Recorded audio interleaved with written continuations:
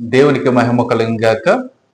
ఈ యొక్క సమయమందు ఈ యొక్క వీడియోస్ ని వీక్షిస్తూ ఉన్న ప్రతి ఒక్కరికి ప్రభు పేరిట వందనములు తెలియపరుస్తూ ఉన్నాను. గడిచిన దినమంతయు దేవుని యొక్క రెక్కల చోటున భద్రపరిచి మరలా నూతన దినాన్ని మనకి దేవుడు బహుకరించున్నాడు. అందును బట్టి దేవుని స్తుతిందాం. ఈ యొక్క సమయమందు ప్రత్యేకంగా ఒక పల్లవి పాట మనం పాడుకుని దేవుని యొక్క వాక్యంలోనికి మనం వెళ్తాం. దీవించావే సమృద్ధిగా నీ సాక్షిగా కొనసాగమని, ప్రేమించావే నన్ను ప్రాణముగా నీ కోసమే నన్ను బ్రతకమని, దారులలో ఏడారులలో సెలయేరులై కొనసాగమని, దీవించవే సమృద్ధిగా నీ సాక్షిగా కొనసాగమని. ప్రార్థన చేసుకుంటాం. పరిశుద్ధుడ ప్రేమల తండ్రి నీకు వందనాలు. ఈ యొక్క సమయమందు ప్రభువా, ఈ యొక్క దినమందు మాకు కావాల్సిన నీ యొక్క వర్తమానము మాకు మీరు అనుగ్రహిస్తారని, నీ చిత్తమైతే ప్రభువా వినే మనసును గ్రహించే చెవులను మాకు అనుగ్రహిస్తారని యేసు నామములో వేడుకుంటున్నాము తండ్రి, ఆమేన్. ఈ యొక్క సమయమందు ప్రియ దేవులారా, మరి ఒక సహోదరుడు అంటున్న మాట ఏంటంటే, అన్న పూర్తిగా మీరు పాటలు పాడండి, ఒక పల్లవే కాదు కానీ పూర్తిగా పాట పాడండి అని తెలియజేస్తూ ఉన్నారు. కేవలం 15 నిమిషాలు మాత్రమే ఈ యొక్క వీడియోస్ ని నేను చేస్తున్నాను. ఎందుకంటే చాలా మంది 20 నిమిషాలు ఎక్కువ అవుతుంటే వీడియోస్ వీక్షించట్లేదు. ఉన్న సమయంలోనైనా మరి హృదయానికి తాకే వర్తమానం నేను అందించాలని నేను ప్రాకులాడుతున్నాను కనుక ఒక్క పల్లవి మాత్రమే నేను పాడుతున్నాను. మరి మీకు ఈ పాట పాడాలి అనే ఒక ఆలోచన అనేది వస్తే కనుక మీరు కామెంట్ పెట్టండి, ఫలానా పాట పాడండి అన్న ఫలానా రోజునంటే ఆ రోజున ఆ పల్లవిని నేను పాడి నేను ఈ యొక్క వీడియోస్ రికార్డింగ్ చేస్తాను. ఏదేమైనప్పటికీ ఈ యొక్క వాక్య పరిచర్లకు వెళ్దాము. ఈ యొక్క నేటి దినమందు వాక్యాంశము వెలుగునిచ్చు దారి ఏది? ఈ రోజున ప్రశ్న మనకున్నది, వెలుగునిచ్చు దారి ఏది? పూర్వకాలంలో మరి చాలా మంది అంబేద్కర్ కానీ లేకపోతే కొంతమంది ప్రాముఖ్యమైన వ్యక్తులు వారి యొక్క బయోగ్రఫీ, వారి యొక్క లైఫ్ హిస్టరీని మనం చూసినట్లయితే వారు వీధి దీపాల క్రింద చదువుకుని ఉన్నారు అని వారి యొక్క బయోగ్రఫీ మనకి తెలియజేస్తున్నారు. ఈ నేటి దినాల్లో అటువంటి పరిస్థితి ఎవరికి లేదు. ఇంటిలోని చక్కటి లైట్స్ ఉంటూ ఉన్నాయి. ఒకవేళ కరెంట్ పోయినా కూడా మరి అనుసంధానముగా ఇన్వర్టర్స్ ఉంటూ ఉన్నాయి కదండి. ఎవరు వీధి దీపాల క్రింద కూర్చొని మరి చదువుకునే అంత లేదు, ఇప్పుడు పరిస్థితి అంత లేదు. టెక్నాలజీ వచ్చింది. ఇంకా చాలా ప్రయోగాత్మకలు జరుగుతూ ఉన్నాయి. మరి సోలార్ లైట్స్ అని లేకపోతే సెన్సార్ లైట్స్ అని ఇవి చాలా వచ్చేసినాయి మనకి. ఏదేమైనప్పటికీ ఎన్ని లైట్స్ ఉన్నా కూడా దేవుని యొక్క లైట్ క్రింద మనం లేకపోయినట్లయితే మనం ఎంత చదువుకున్నా, ఎంత పిహెచ్డీలు చేసినా, డాక్టరేట్లు చేసినా, లేకపోతే ఎంత పెద్ద పెద్ద ఉద్యోగాలు చేసినా, గొప్ప గొప్ప కార్లో తిరిగిన, గొప్ప గొప్ప బిల్డింగ్ లో ఉన్నా కూడా దేవుని యొక్క ప్రకాశవంతమైన వెలుగు మన మీద లేకపోయినట్లయితే మనము ఆ నిత్య వెలుగులోనికి మనము ప్రవేశించలేం. నిత్య వెలుగు ఎవరిలో ఉన్నదంటే ప్రభు అయిన యేసుక్రీస్తులో మాత్రమే ఉన్నది. నేను వెలుగునై ఉన్నాను అని దేవుడు ఈ యొక్క వాక్యాలు మనకి తెలియజేస్తున్నాడు. ఈ రోజున వెలుగునిచ్చు దారి ఏది అనే అంశం ద్వారా దేవుడు స్పష్టంగా, పరిశుద్ధాత్మ దేవుడు ఈ నేటి దినమందు మనతోటి మాట్లాడుతూ ఉన్నాడు. మరి ఇంతవరకు ఉదాహరణగా ఇన్ని లైట్లు ఉన్నాయి, ఇలాగనే మనము తెలియజేస్తున్నాం. అయితే నిజమైన దేవుని యొక్క వెలుగు, ఆ వెలుగు ఎక్కడ ఉన్నదంటే దేవుని యొక్క వాక్యంలోనే ఉన్నది కదండి. యోహాను సువార్త 1వ అధ్యాయంలో స్పష్టంగా తెలియజేస్తున్నది, ఆ వాక్యంలోనికి మనం వెళ్ళక మునుపు మత్తయి సువార్త 5వ అధ్యాయము 14వ వాక్య భాగం ఒకసారి మనము చదువుకుందాం. నేను చదివి వినిపిస్తానండి. మీరు లోకమునకు వెలుగై ఉన్నారు, కొండ మీద నుండి పట్టణము మరుగై ఉండనేరదు. ఇక్కడ రెండు భాగాలు ఉన్నాయి. ఒకటి, మీరు లోకమునకు వెలుగై ఉన్నారు ఒక భాగము, రెండవది కొండ మీద నుండి పట్టణము మరుగై ఉండనేరదు. కొండ మీద ఏ పట్టణం ఉంటుంది? కొండ మీద ఇల్లు ఉన్నదని అంటారు, కానీ కొండ మీద పట్టణము ఏది ఉండదండి. పట్టణం అంటే మరి ఒక విలేజ్ ని చూసుకున్నట్లయితే ఒక జనం కదండి. విలేజ్ అంటే విలేజ్ అనుసంధానముగా పట్టణంతో అనుసంధానముగా ఉంటారు. పట్టణానికి ఇంచుమించుగా ఒక 20 జిల్లాలు లేకపోతే 25 జిల్లాలు కలిపి ఉంటారు కదండి. దాన్ని పట్టణం అంటారు. ఇక్కడ పట్టణం మరుగై ఉండలేదు. ఆ కొండ మీద పట్టణము మరుగై ఉండలేదు. ఈ పట్టణము శాశ్వతమైన పట్టణము. ఈ పట్టణానికి భూకంపాలు రావండి. అక్కడ భూకంపాలు అనేది ఏముండవు. అక్కడ తెగుళ్ళు అనేది ఏముండదు. అక్కడ ఏడుపు అనేది ఉండదు ఆ పట్టణంలో. ఆ పట్టణం ఏంటన్నది మనము ఆతృతగా మనం ఎదురు చూడాలి. ఆ పట్టణము కొరకు మనం ఏం చేయాలంటే మొదటి ఆ యొక్క లైన్ లో మీరు లోకమునకు వెలుగై ఉన్నారు. ఈ వెలుగు మనం పొందుకుంటేనే ఆ పట్టణంలోకి మనం వెళ్ళగలం కదండి. మనకి ఈ యొక్క ఫోన్లో ఎన్నో గేమ్స్ ఉంటాయి కదండి. ఒక గేమ్ ఒక level, first level, second level, third level, fourth level, fifth level, sixth level, అలాగా లెవెల్స్ పెరిగే కొద్దీ కొన్ని పాయింట్స్ వస్తూ ఉంటాయి. అలాగనే మీరు లోకంలో వెలుగై ఉంటేనే ఆ పట్టణంలోనికి వెళ్ళగలరు. ఆ పట్టణంలోనికి వెళ్ళే అవకాశం ఉంటుంది.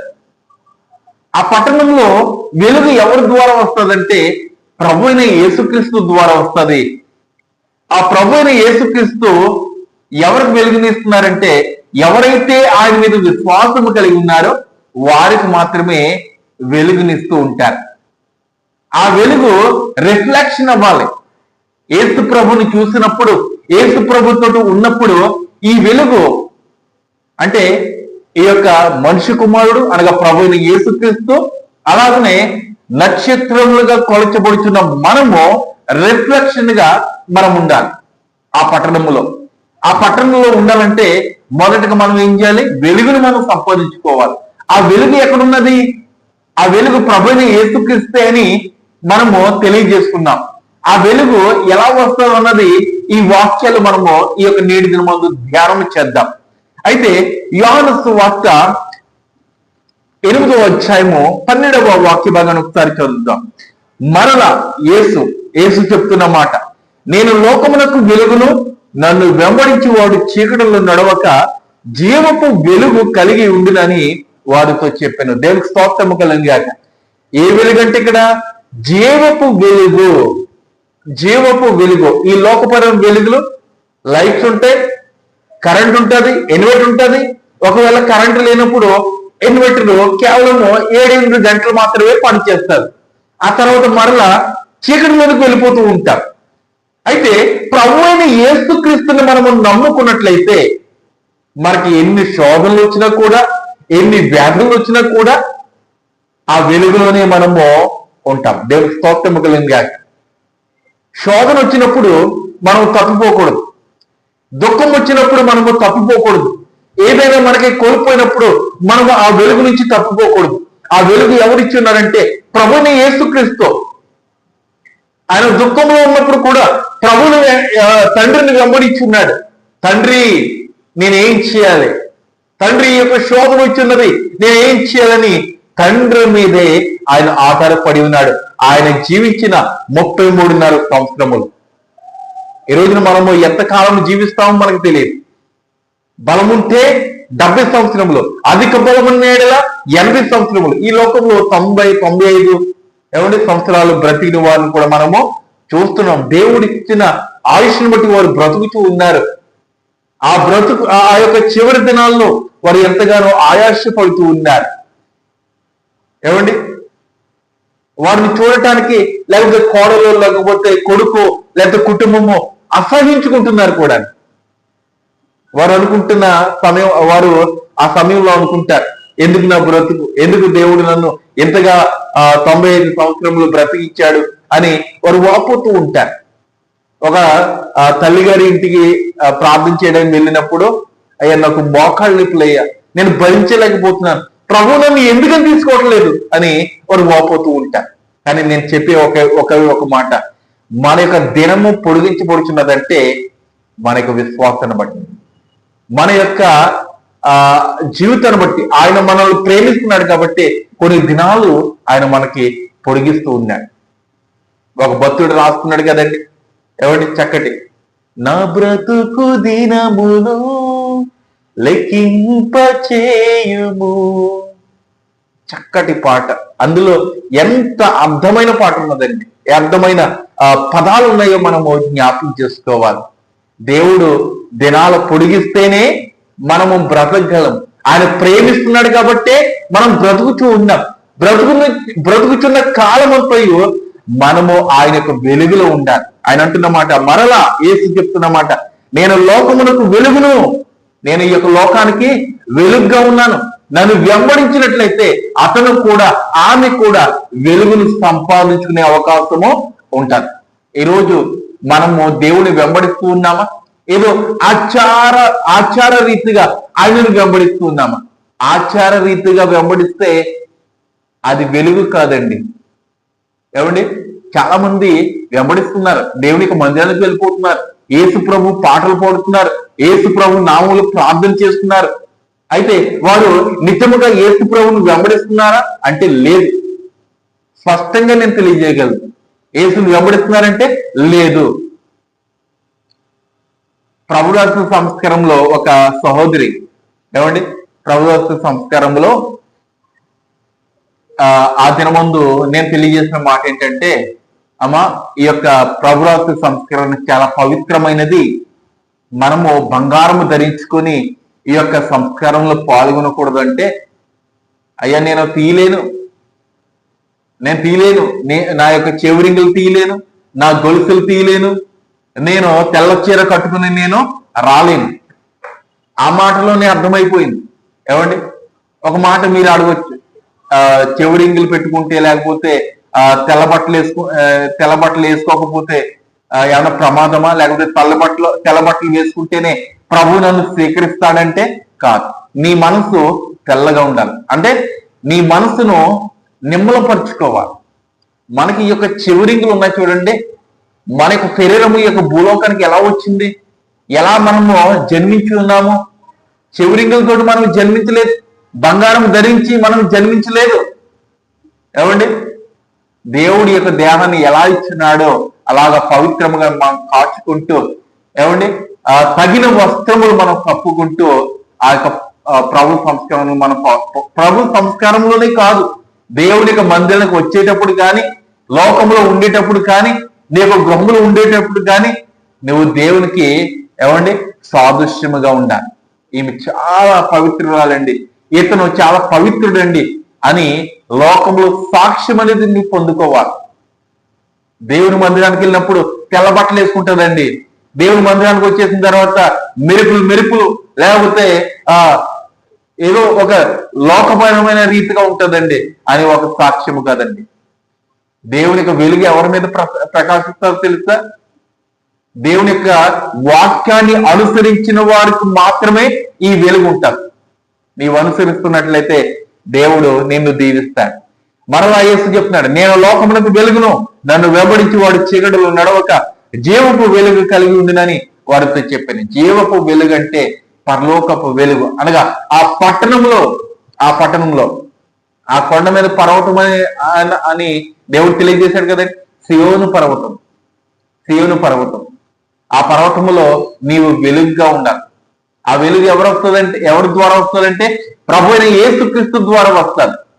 ఒక అయస్కాంతం ఉన్నదండి, ఒక పిన్నిసో లేకపోతే ఏదైనా ఇనప వస్తువు, ఐరన్ మెటీరియల్ ఏదైనా ఉంటే దానిని అనగా అయస్కాంతాన్ని కొద్ది గంటలు తాకించినట్లయితే, ఆ తాకించిన తర్వాత ఆ యొక్క ఇనప వస్తువుని ఐరన్ మెటీరియల్ తీసివేసి మరొక ఐరన్ మెటీరియల్ తోటి తగిలించినట్లయితే ఏమవుతుంది? అక్కడ రిఫ్లెక్ట్ అవుతుంది, అక్కడ అంటుకుంటది కదండి, టచ్ అవుతుంది.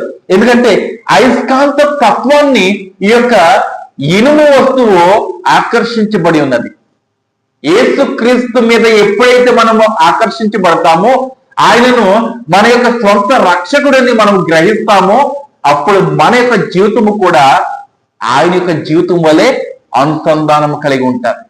ఏమండి? కనుక మనము ఆయన వలె మనం పోలికగా మనం నడవాలి. ఈ యొక్క నేటి దినమందు మన యొక్క దారి, వెలుగు దారి ఎవరిలో ఉన్నది? ప్రభువైన యేసుక్రీస్తులో మాత్రమే ఉన్నది. మరలా ఒక వాక్యం చదివి నేను వినిపిస్తూ ఉన్నాను. దానియేలు గ్రంథము 12వ అధ్యాయము 3వ వచనంలో ఒకసారి మనము జ్ఞాపకం చేసుకున్నాం. బుద్ధిమంతులైతే ఆకాశ మండలంలోని జ్యోతులను పోలిన వారే ప్రకాశించేదరు, నీతి మార్గమును అనుసరించి నడుచుకున్నట్లు ఎవరు అనేకులను త్రిప్పుదరో వారు నక్షత్రం వలె నిరంతరము ప్రకాశించేదరు. నక్షత్రముల వలె నీవు నక్షత్రమా? నీవు నక్షత్రం అయితే అనేకులను దేవుని యొక్క మందిరానికి త్రిప్పు. నీ ద్వారా అనేకులు లోకంలో నడవకూడదు. ఈ రోజున అతను లేదంటే ఆమె లేకపోతే ఆ పెద్దలు లోకంలో జీవించేస్తారండి. ఆ యొక్క అతి పరిశుద్ధమైన స్థలంలోనికి వెళ్ళి ప్రార్థన చేస్తారండి. వారి ప్రార్థనకి నేను వెళ్ళాలా? వారు ఆ యొక్క ఆ స్థలంలోనికి వెళ్ళి అపవిత్రం చేస్తున్నారు, వారి కొరకు నేను వెళ్ళాలా అని చాలా మంది సంఘం నుంచి కూడా వెళ్ళిపోతున్న వారు ఉన్నారు. ఎవరి వల్ల? మన వల్ల. మన యొక్క ప్రవర్తన సరిగ్గా ఉన్నట్లయితే అనేకులు దేవునికి మందిరానికి తిప్పబడతారు.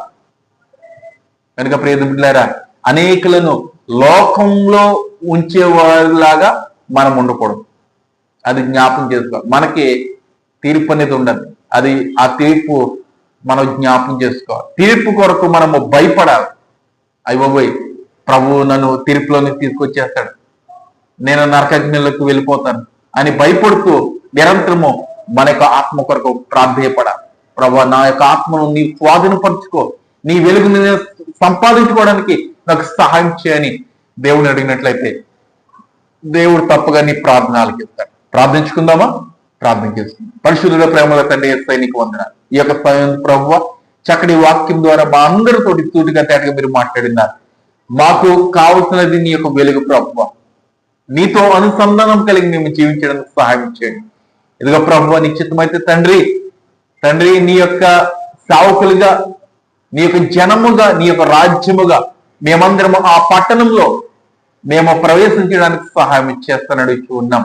ఈ వాక్యాన్ని వింటున్న సహోదరులను, ఈ వాక్యములను ఇతరులకు చేరవేస్తున్నవారిని ప్రతి ఒక్కరిని దీవించి ఆశీర్వదిస్తారని, నిశ్చితమైతే నీ యొక్క రాకడ ఆలస్యమైతే మేమందరం మరలా ఈ యొక్క వాక్య పరిచయాలు కలుసుకునే బాధ్యత, యోగ్యత మాకు అనుగ్రహిస్తారని, ఇదిగో ప్రభు ఈ యొక్క నిన్నటి దినమందు 20వ తారీఖున ప్రభువ పుట్టినరోజు వేడుక జరుపుకున్న సహోదరి కరిష్మాను బట్టి నీకు వందనాలు.